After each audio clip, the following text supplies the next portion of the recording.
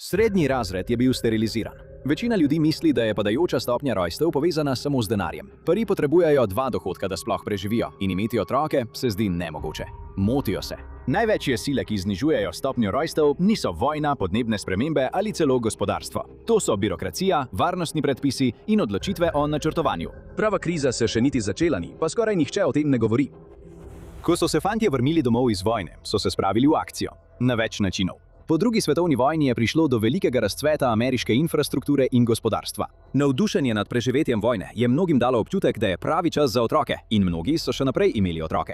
Rojstna stopnja je ostala razmeroma stabilna tudi v 50 letih prejšnjega stoletja. Vendar otroški boom ni mogel trajati večno in v 60 letih je začel upadati. Padel je z rekordnih 25,3 na 1000 prebivalcev na 14,76 v letu 1978. In padanje se je samo nadaljevalo. Od leta 2026 je stopnja rojstev trenutno 11,96, kar je najnižje v več kot 70 letih, vendar še vedno daleč od najslabših v razvitem svetu. Francija je trenutno pri 10,76, medtem ko je Japonska pri 6,96, kar je precej pod ravnjo obnavljanja prebivalstva. Ljudje preprosto nimajo otrok. Čeprav se prebivalstvo Združenih držav še ne zmanjšuje, mnogi ljudje opazujejo trende in se sprašujejo, kako hude bodo posledice. Navsezadnje so ZDA tik pred največjim valom upokojitev v zgodovini, saj se generacija baby boomerjev izteka iz trda dela.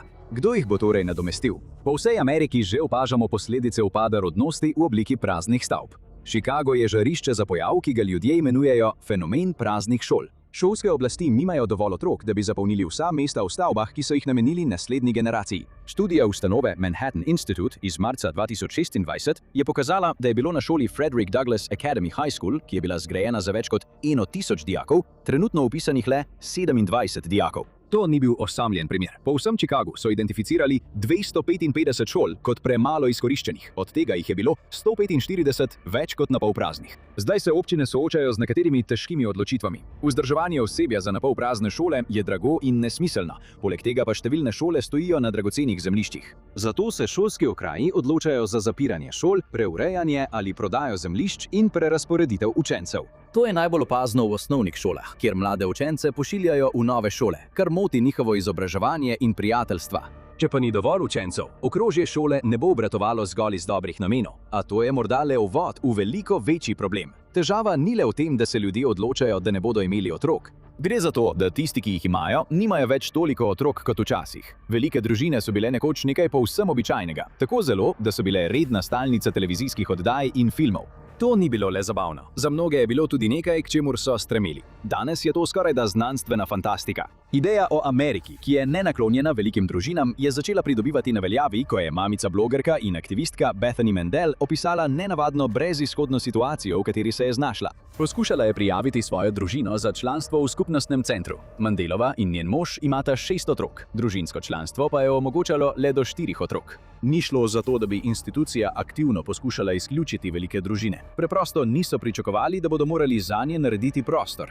Enaka zgodba je v mestih po vsej Ameriki. Veliko staršev meni, da jih sistem pogosto kaznuje, ker imajo večje družine. In ironično, vse to je v imenu varnosti otrok. Kljub vsem pogovorom o tem, kako je to grozen čas za to, da imaš otroke, je resnica, da še nikoli ni bilo varneje biti otrok na mnoge načine. Umrljivost zaradi otroških bolezni, vključno z rakom, se zmanjšuje. Ugrabitev otrok, ki so bile najpogostejše v 80 letih, je veliko manj, prav tako pa so se zmanjšale smrti zaradi nesreč. To je deloma posledica povečanih varnostnih ukrepov povsod. Toda te izboljšave so tudi otežile vzgojo velike družine. Imati otroka ne pomeni le še enih ust za nahraniti. To pomeni nakup specializirane opreme, prilagoditev doma, da bo varen za otroka, in pogosto tudi nadgradnjo avtomobila. Vsak nov dojenček pomeni še eno posteljico, še en otroški avtosedež in sčasoma še eno spalnico.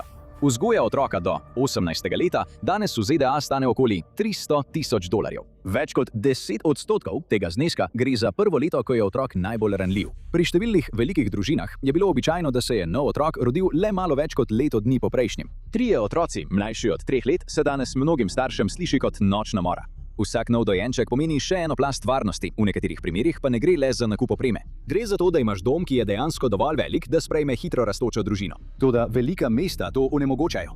Zaradi inflacije na stanovanjskem trgu lahko enodružinske hiše v predmestju zlahka dosežejo $500,000 za prvo hišo. Dom. Za mnoge je to bolj kot sanje, ki jih ni mogoče doseči, kot pa dosegljiv cilj. To pomeni, da se milijoni ljudi odločajo, da je preprosto lažje živeti v najemu. Tudi če to pomeni, da večina njihove plače gre najemodajalcu. Toda tudi na tem področju ni lahko najti popolnega doma za širitev družine, saj družinska stanovanja povsem izginjajo. Vsaka stanovanjska stavba, višja od 3 nadstropij, mora imeti 2 ločenih stopnišč. V primeru požara ali druge nesreče, nihče ni odrezan od izhoda. Žal je bila ta gradbena uredba rojena iz tragedije, stoletja staro pravilo, ki dejansko odstrani sredino vsake stavbe in prisili v dolge, ozke hodnike. Ostane le tanek obroč prostora ob oknih, kar je povsem v redu za garsonjere in majhna enosobna stanovanja. Vse, kar je večje, postane problem. Najbolj iskano stanovanje v New Yorku trenutno je trosobno stanovanje. To je skoraj nujno, če želi družina imeti več otrok. Toda velika stanovanja niso velik posel. Zaradi požarnega pravilnika in dobičkonosnosti je veliko bolj privlačno razdeliti stavbo na čim več enot. Posledica tega je stanovanjski trg, ki ni bil ustvarjen za družine. V velikih in novih stavbah v New Yorku je enosobnih stanovanj približno 10-krat več kot trosobnih. Zato ni presenetljivo, da so se cene večjih stanovanj samo v 4. četrtletju 2025 povzpele za 7%. Posredniki opisujejo iskanje cenovno dostopnega trosobnega stanovanja kot skoraj brezupno. Tistih nekaj, ki pridejo na trg, končajo v licitacijskih vojnah. To pa ni edina težava, s katero se soočajo starši. Če obstaja eno področje, kjer je imeti več otrok postalo naporno, je to prevozno sredstvo. Večina 4-vratnih vozil je opremljenih za otroške sedeže. Za večino družin je to dovolj, tudi če imajo 2 otroka. Ko pa jih je več, postane stvar zapletena. Družine s 3 otroki v času baby boom generacije niso veljale za velike, zdaj pa zanje preprosto ni ustrezne infrastrukture. Le peščica izmed 50 najbolj prodajanih vozil na trgu, vključno s Toyoto Sienno, Hondo Pilot in Volkswagenom Atlas, je opremljenih tako, da je mogoče na zadnje sedeže namestiti 3 otroške sedeže. 3 otroški sedeži se zdijo malo verjetni, razen če ima družina otroke zelo hitro zaporedoma. Vse je povezano z varnostjo, a nekateri pravijo, da je šlo predaleč. Veliko ljudi povezuje otroške sedeže z dojenčki in malčki, vendar bi bili presenečeni, koliko zveznih držav to ureja. V New Jerseyju, ki velja za eno najbolj varnostno ozaveščenih zveznih držav, veljajo strogi predpisi, zaradi katerih so številni otroci v jahačih sedežih veliko dlje, kot bi pričakovali. Do 2. leta starosti morajo biti otroci v avtosedežih obrnjenih nazaj s 5-točkovnim pasom. Toda celo do 8. leta morajo biti otroci v sedežih obrnjenih naprej ali v jahačih sedežih. Pomanjkanje prostora za 3 avtosedeže na zadnjem sedežu ne zveni kot velik problem, če pomislite, da jih uporabljajo le dojenčki in malčki. Imeti 3 otroke v 5 letih je danes precej redko, vendar je to veliko večja skrb, ko morate imeti prostor še vrsto let v otroštvu. Nenadoma se zdi možnost nakupa povsem novega avtomobila, da bi zagotovili prostor za rastočo družino, zastrašujoča, ali pa odložijo odločitev za še enega otroka. To je davek na enoprostorca in ima resničen vpliv. Študije kažejo, da je od leta 1977 porast zakonov, ki zvišujejo starost za uporabo otroških sedežev v avtomobilih, dejansko zmanjšal število rojstev v teh zveznih državah. Ko ima ženska 2 otroka, ki morata uporabljati otroški sedež v eni od držav s strožjimi predpisi, je za 0,73 odstotne točke manj verjetno, da bo imela 3. otroka. To pomeni zmanjšanje za približno 8000 rojstev na leto. Skupno je bilo od leta 1980 približno 145.000 rojstev manj. In ta proces se je samo še pospešil. 90% upada se je zgodilo po letu 2000. Imeti veliko družino je vse težje in zato se veliko ljudi za to ne odloča.